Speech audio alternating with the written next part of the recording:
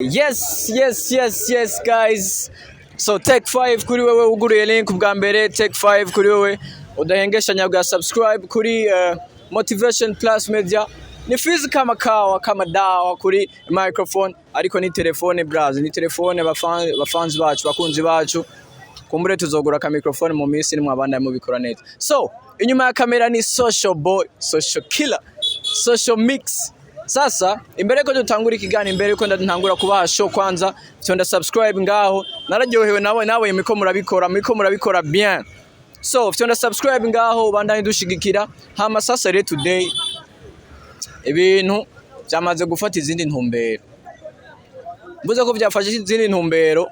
Hari umujene nje kuvugisha no munsi ngira muona hariya asanzwe yidandariza, yani akora bya mwuga social bereke hajya asanzwe yikorera ibintu byo kudanaza ibirato, amapapa nini ibintu nk'ivyo. So je murabizi nama ndabasho every day yerekeye umuziki about hamande ya business akora. Mbega yo bari umufana w'umuziki koko? Mbega mu barimvye b'abarundi yo bafana nde? So tugende vipi bras? Uko sawa? Meze neza. Si muziki kaze? Kaze sana. Guys, kikirato murakibona si bwa bwana. So bro visas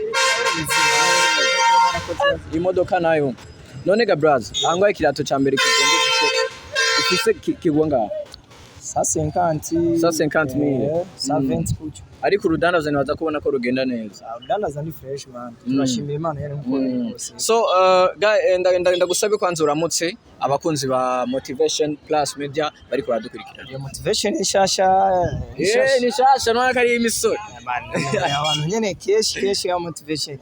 Hello bakunzi ba Motivation, muko fresh muko poa yawa.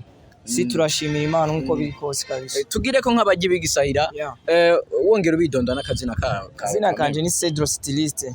Cedro styliste. Cedro stylish kama kawa. Styliste man. Styliste mu Gifaransa Congereza. Styliste mu Gifaransa. Congereza blast. Cyose urashobora kubishiramo ntana. Congereza mega ni stylish. Sinzi. So uri kuraraba kumbura abajene benshi utandukanye n'abajene benshi. Hari abantu usanga baba bicaye ku marigara bari ku makarata, abandi rudo, abandi wiki, ariko wewe biboneka yuko nkuko leta yamibivuga ati umujene foko dukora amaboko mu mpuzu tugakora, wowe warabiranguye. Imbere yuko ndakubaza icyatumye ndagutumbera, ndashaka umbwire akajambo kamwe abajene muri kano kanya, bamwe bari ku marudo abandi bari hehe ku marigara, akajambo kamwe mane je kubisanzwe ntanaguciriyemo. Je ndi umuntu akunda gukora kandi umuntu yitahura sana, si kuvuga ngo ibintu no ndabizamo ntabizi cyangwa naje mu bintu byo gukina. Yani akazi n'akazi nawe urabizi, kandi udakoze hano mwino Bujumbura ntushobora kubaho. Yani akantu no babwira kintu no babwira kimwe gusa, bijukire gukora kuko aha mu Burundi ikintu cyo gukora reka tugikoreshe dufate yuko ari kazoza kacu. Baravyo kuvuga ngo ndakora ngejo ngo nzoca nja mu bindi cangira iki bishoboka ivyo. We kora vuga ati ndiko ndegura kazoza ku muryango wanje, situ nta bindi kabisa. Sawa. Ndiko ndaraba ndabona ko ibirato n'amapapa udandaza birimo mutahe mwinshi kabisa. Ariko nibaze kutahereye ngaha, ndashaka utubwire mu majambo make, utubwire mbe watanguye gute, byagenze gute kugira ngo ushike aha ugeze. Long time bibya bintu bakubwira ngo ngurahera kuri iki ngukaca uja kuri iki nguco tuja kuri iki, byaciye kure. Je naciye mu bintu bikaze sana, kandi jewe nkumbona ukuntu no mpagaze nkuko cyane byo ari byari ibintu bikaze cyane kugira ngo ndonke umwanya wo kuronka nk'ibintu nk'ibi. Kuvuga yuko uca etape par etape kugira ngo urahe, ariko Imana yarabikoze ubundi fresh nye nawe urabona Imana neza. Namba atari banga watanguranye umutahe wanga? Umutahe ni mukeya nibanga ryanje sino bivuga kuko ndabivuze benshi boca ndabaca intege nawe uravyumva, kandi ndabaca intege ntivyonjohe. Yego ntaco. Namba atari banga kandi ubu wobugeze ku mutahe wanga? Urashika nko miliyoni. Urumva samahera make ku mujene nkanje uri kurakora uvuga tenzo miliyo kilo cy'amafaranga. Sasa twinjiye mu kiganiro nyezina. uri mufana w'umuziki ndundi? Ana kama kawaida kabisa. Ariko mfano ukoze neza, udakoze neza nawe ndamutera intege mvuga ati courage ari gihe bizoshika nkuko nanje banteye intege. Sawa. Nkashika kuri etape. Urakunda live music? Live music. Wapi nkunda umuziki ukuri kose. Yani basi umuziki barimba w'amakaraoke yani umuziki nyene. Ya karaoke ndayikunda nayinjiyemo. Ariko nkuko atayo ninjiramo keshi. Sawa. Birangora cyane. Sawa. Tuje ku baririmbyi b'abarundi dufise bagira music live. Okay. Hagati ya Kidumu na Vishu Love. Kubgawo womerana. Man. Ivyo bintu biragoye. Vishu Love ndaza nashoboye. Sawa. Ariko Kidumu man. Baba yao. Safi. Ukuvuga dufate ko Cedro yemera cyane Kidumu gusumbya Vishu Love. Man. Mkubwa ni mkubwa blazi. Mkubwa ni mkubwa wasikudanganye ngiti nini na nini. Ona ndagoye nk'akarorero sawa. Twe twashobora twakwa turi muri music nk'uko. Ona hariho ba Sadbi ba Fizzo bandi baroriro. Ariko nk'umuntu ushobora kumbwira yuko nza kugereranya Fizzo na Sadbi. Burya bajya abantu. Twari tukiri kuri Kidumu na Vishu. Nanje yo ni ikintu nako ndaguha. Dufatire twavuye muri live ubu turi mu muziki basi kamere dukunda. Sawa. Ikibazo cya kabiri ni iki? Tuje mu muziki ntace mu muziki abari bandi baririmbyi dusanzwe tumva. Sadbi na Fizzo. Sadbi na Fizzo. Compare cyane. Wemerande gusomba ubundi. Jewe. Nturabe ngo urumva ngo iki niki. Bivanye n'ukuntu jewe mbona. Turabe ukuntu Sadbi na Fizzo. Sadbi na Fizzo. Wakunze wa motivation kwanza banze bambabariye. Je ngiye kuvuga ukuri nkuko biri. Tubanza tukaraba ngo iki ni buryo ukuntu tugeze. Twe turaba projet y'umuntu ari karakora. Kawaida. Kuko ni nkuko nanje woza kuraba projet yanje ndiko ndakora.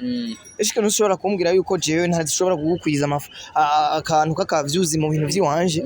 Burya hari ukuntu twe tugenda turestima umuziki w'u Burundi no guhiganwa si no kuvuga ngo uragira. Bisa kuhiganwa. Tubanje kuraba Sadbi bari karakora cyane. Na Fizzo sinda vyase ari karakora.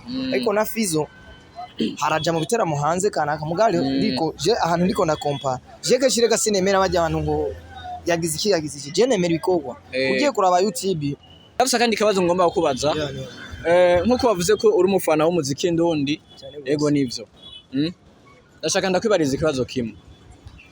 Ryari hari wambwiye ngo Sadbi ngo ari mu baririmbyi ngo bambere b'abarundi bazi gukinisha imbuga yani bazi buzz siko wowe kubgawe nka buzz yo bari nziza ku muririmbyi cyane hoho womera ko Sadbi wowe kubgawe wabawemera ko ari we kizigenza mu bantu bazi gukreate buzz ivyo gukoresha imbuga cyangwa ngo ubumenyi. Nanaguciye aho hantu reje namambwira abantu keshi. Twebwe muri Afrika cyangwa mu Burundi. Bafise ukuntu target bakoresha imbuga zabo. Bazikoresha nabi sana. Uzigituma bazikoresha nabi. We ntushobora kumbwira yuko ushobora gukoresha urubuga rumwe canke zibi uzoba international. Bikunda. Gusa ikintu yanda kubwire Sadbi namukubali sana. Kubera n'umuntu aritanga uburyo bwose. Sadbi barafise ndafise je n'intuzenya yiwe ngaha. Je Sadbi kweli ndamwemera kuko akoresha urubuga ni gwe neza. Se n'intuzenya yiwe ngaha. Uti Sadbi rero? Sadbi ndamwemera. Nabizi n'umuntu yego arabizi kabisa. Kuko hari n'abandi bapeti bo ngaha nyine mu Burundi mugaba babamesha. Bazi gukreate base cyangwa bazi gukoresha urubuga urukana bumenyi. Ariko Sadbi keshi yubaho. Arabizi vraiment. Safi sana. Cedro styliste nka wewe. Abaririmbyi b'abarundi beko barakora neza. Muri no miss kandi beko barakora neza cyane. Ubgawe nowe muririmbyi muri generation shashi uvuga ati jewe ndamwemera umuvuduko yazananye urasumba uw'abandi. Man ushaka ndaguhakarore je ntumakarore kuko je ndakurikirana umuziki. Sawa. Ikintu je nakubwiye wanashaka ati jewe umuntu kuva ku ndirimbo yiwe ya mbere ya kabiri ya gatatu zaje ari hit je nkunaho mvyura naho no banjyambe. Ndashobora kuza abarimvyi bashasha ndashobora kuza kukubwira ati uyu muntu bitwa amupeti bitwa D1. D1 amupeti karakora neza cyane. D1 nasikia D1 arakora neza cyane ku buryo je vraiment ndanamubonye kweri respect.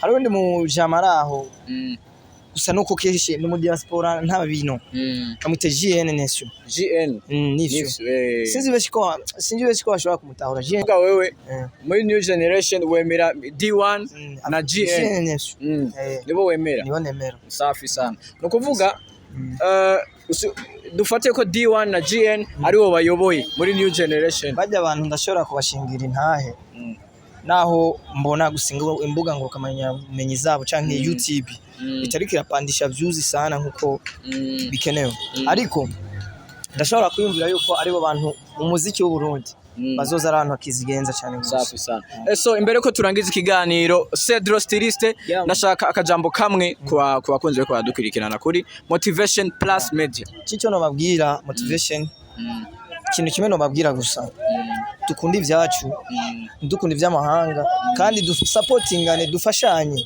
bwo gufashanya ni ibintu vyiza cyane biratuma mwene wanyatera imbere nanje nkatera akajambo kamwe ku ba DJ batashaka kuvuza indirimbo ndoni ba DJ bose no bahanura kimwe gusikira no bahanura dukunda ivyacu moshera dukunda ivyacu burya bariya naho tupfa kubakunda bari akabadi asabacu twereka dukunda ivyacu nkuko bitegezwa ko kandi aba DJ ndababwiye iyo ngeso bayihebe bayihebe bize bisubire kuri ivyo bintu Cedro reka nagushimiye ku kanyo mpaye brother cyane mutama nanje gisigaye uzanda bakurikirana kidogo dufashanye naho safi sana mbwirira abakunzi ba motivation bafite subscribe sabone share like comment na fresh sana so guys ndagusabe namba hari kintu wabonye kitagenze neza kumbure birashika umuntu akavuga icyo atapanze zandika muri commentaire tubibone dukosore namba umuntu yakoze neza avuga ati bro wakoze neza ni fresh bandamu dukirikirana utarigira subscribe yikore ndabakunda sana ciao bless